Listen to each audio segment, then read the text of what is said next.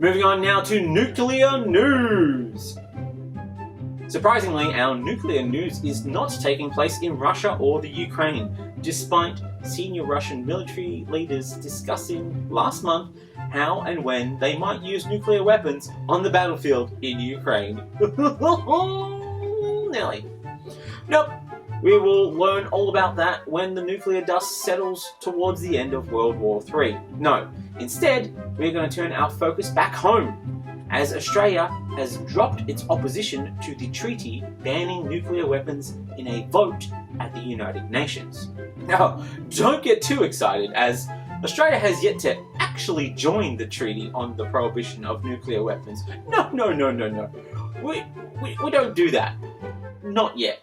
We've simply shifted our voting position from 5 years of no to abstain, continuing the long-standing tradition of Australia getting credit from moving from actively doing nothing to passively considering maybe doing nothing. A stance that we've held on such large-scale issues as animal preservation, giving refugees human rights, and the jewel in our nothing crown, climate change. Thank you.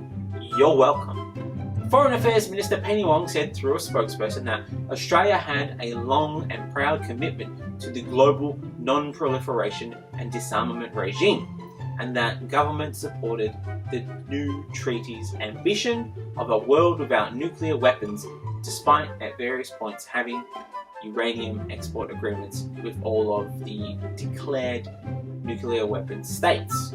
For listeners, that's the US, the UK, China, France, and Russia, as late as 2011. Meaning the very nukes that are being threatened to be used on Ukraine may be using uranium mined right here in Australia.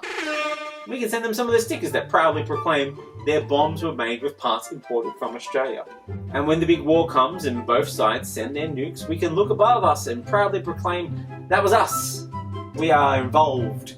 And we'll get the astronauts in the ISS to lay down our custom destroyed by parts proudly from Australia sticker across the surface of the Earth after they are able to return.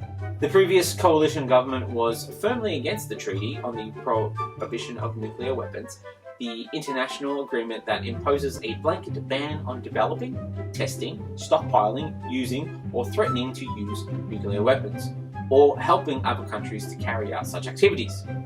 To be fair, we, as a country, had made our choice. The world was looking to benefit from a fire sale, and we have an abundance of fire to sell. Fortunately, we had failed to follow up on climate change action, so we've actually stockpiled an abundance of spare fire to sell when the time came. Actually pretty clever if you think about it. Australia previously argued the treaty would not work because none of the nuclear weapon states had joined it, and because it ignores the realities of the global security environment.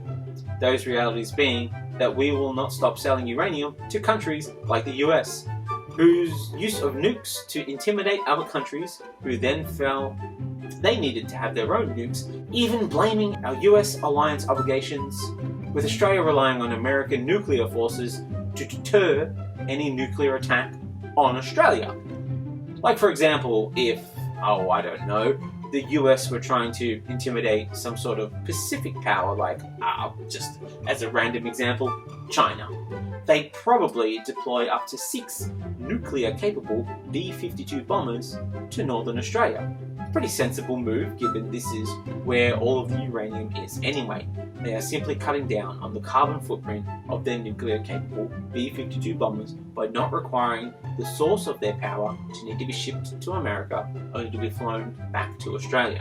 The bombers would, hypothetically, serve as part of a much larger upgrade of defence assets across northern Australia, including a major expansion of the Pine Gap intelligence base, leading to the US committing to spending more than $1 billion upgrading its military assets across the top end, essentially giving the Tyndall Air Base true blue Australian expansions like a parking area forecast to cost up to $100 million.